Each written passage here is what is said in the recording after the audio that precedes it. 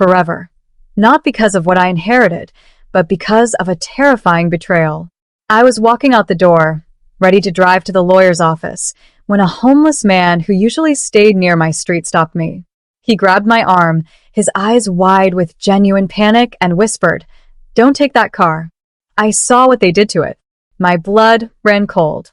I trusted my gut, left the keys behind, and took a taxi instead. It was the best decision I ever made. 2 days later, when I finally arrived at the final estate meeting after surviving their trap, my adoptive parents completely collapsed. Their faces turned entirely pale when they saw me walk into the room, but their real horror began when they realized exactly who was standing right behind me. My name is Tracy.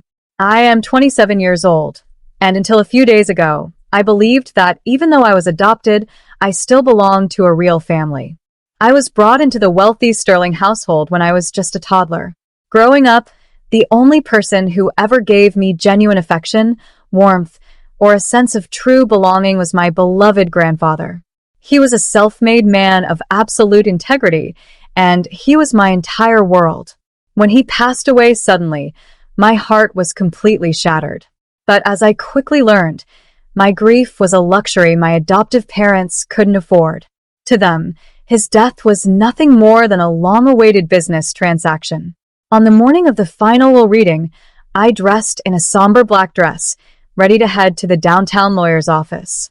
As I walked out of my house toward the driveway, a homeless man named Marcus, who usually stayed near the end of my street and whom I often helped with warm meals, suddenly stepped into my path. He grabbed my arm, his eyes wide with a manic, terrified panic. He leaned in and whispered, "Don't take that car, Tracy." I saw what they did to it in the dark. "Don't drive it." My blood ran completely cold. Trusting my gut, I locked the car, walked away, and called a taxi instead. It was a choice that saved my life. The taxi ride to the lawyer's office was a blur of racing thoughts, but instead of entering the meeting, I made a sudden detour. I called a trusted local mechanic, a friend of my late grandfather, and begged him to tow my car from the driveway immediately to inspect it. I sat in a quiet coffee shop down the street from the law firm, my hands trembling around a mug of tea as I waited for his call. When my phone finally buzzed an hour later, the mechanic's voice was completely stripped of its usual warmth. It was flat, tense, and laced with disbelief. "Tracy," he said, clearing his throat nervously, "it's a miracle you didn't drive this vehicle onto the highway. Someone deliberately sliced through your brake lines. It wasn't wear and tear, and it wasn't a random accident. It was a clean, calculated cut designed to fail the moment you hit high speeds." Hearing those words, the room seemed to spin around me. The horrifying realization hit me like a physical blow. This wasn't just a cruel prank to make me miss the will reading. It was a cold-blooded attempt to permanently remove me from the equation. My mind instantly raced back to the night before, remembering the shadow I saw near my detached garage. Only 2 people had the access code to my property, and they were the very same people currently sitting in that mahogany conference room, waiting to inherit my grandfather's vast fortune. Sitting alone in that crowded coffee shop, the pieces of my fractured childhood finally began to splinter into a clear, devastating picture. For years, I had blamed myself for the emotional distance from my adoptive parents, Charles and Victoria. I had spent my entire youth trying to earn the love they so freely withheld. But now, the chilling truth was impossible to ignore. They had never wanted a daughter. They had wanted a shield. They adopted me solely to appease my grandfather, a deeply traditional man who refused to pass his legacy down to cold, materialistic cynics. By playing the part of a charitable, loving nuclear family, they had secured their place in his good graces and his financial planning. But behind their pristine, manicured suburban facade lay a rotting foundation of greed and desperation. Through quiet whispers at family dinners and frantic, closed-door arguments I wasn't supposed to hear, I knew their luxurious lifestyle was completely hollow.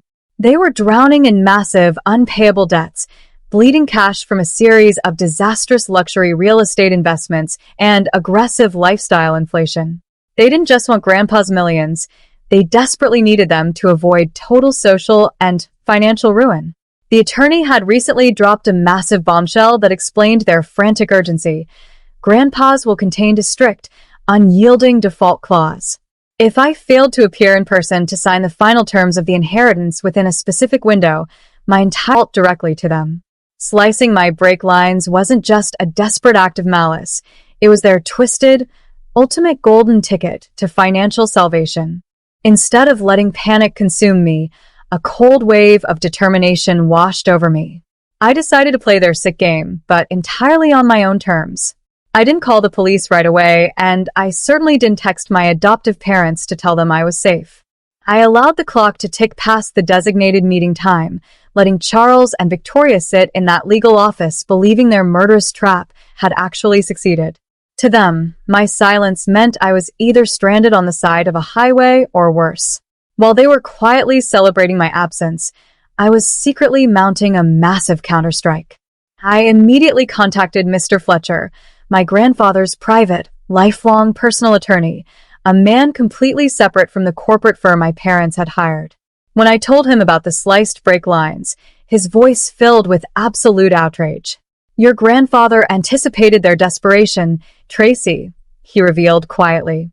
"He left a legal safety net behind just in case they tried to force you out." Mr. Fletcher didn't just have advice. He had ammunition.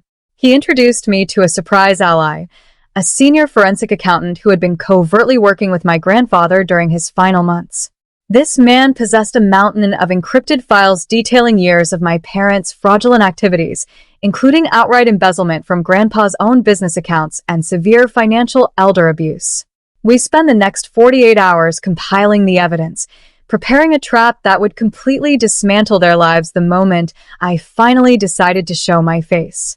2 days later, the grand, Mahogany Road conference room at the downtown law firm was thick with an air of arrogant, unspoken triumph. Charles and Victoria sat side by side, dressed in their finest tailored clothes, looking smugly satisfied. Because I had dropped entirely off the grid since the scheduled meeting, they assumed their deadly scheme had executed flawlessly.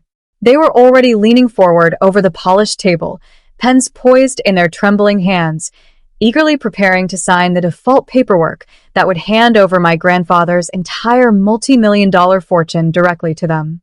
They were smiling, sharing a quiet look of mutual victory, completely convinced that their financial salvation was just a single signature away. Then, without a single warning, the heavy wooden doors of the conference room flew wide open. I strode confidently into the room, standing tall and wearing a sharp, flawless blue suit. The smiles instantly withered right off their faces. Charles dropped his expensive pen, his mouth falling open in a silent gasp, while Victoria went completely rigid, the color draining from her skin until she looked entirely pale. They stared at me as if they were looking at a ghost, absolutely paralyzed by the sheer shock of my survival. But their true, localized horror had only just begun. They realized I hadn't come to this final meeting alone. Standing right behind me, with rigid expressions and thick steel handcuffs ready, was the lead police detective alongside Grandpa's secret, lifelong personal attorney, Mr. Fletcher. The silence in the room was suffocating as Mr. Fletcher stepped forward, firmly placing a fresh, certified document directly over the default papers. "This is the true final will of your father," Mr. Fletcher announced, his voice cutting through their panic like ice. It turned out that my grandfather had been fully aware of their greed all along, and he had designed a flawless trap. As the legal terms were read aloud, the true scope of their ruin unfolded. The luxurious suburban home and the prime real estate investments they fought so hard to steal were not assets at all. My grandfather had heavily mortgaged them to the absolute maximum. They were completely underwater, saddled with massive associated debts totaling over $2 million. Because they had aggressively pushed for the immediate transfer of those properties, they were now legally obligated to assume those loans within 30 days or face total foreclosure and public bankruptcy. Meanwhile, Grandpa's actual liquid fortune of $6 million had been moved safely into a private, protected trust that was left entirely to me. They didn't inherit a fortune. They inherited a massive, unpayable debt. The crushing realization of their own undoing was too much for them to bear. Facing imminent charges of grand larceny, attempted endangerment, and total financial bankruptcy, Charles and Victoria collapsed to the floor in tears before being swiftly escorted out in handcuffs by the police. With the $6 million inheritance safely in my hands, I closed. I bought a beautiful, sun-drenched cottage right by the coast, surrounded by peaceful gardens that brought me the tranquility I had always craved. To honor the man who raised me, I established the Sterling Foundation for Vulnerable Youth, ensuring no other child has to face financial or emotional abuse alone. Comment your city and your thoughts below. Thank you for watching.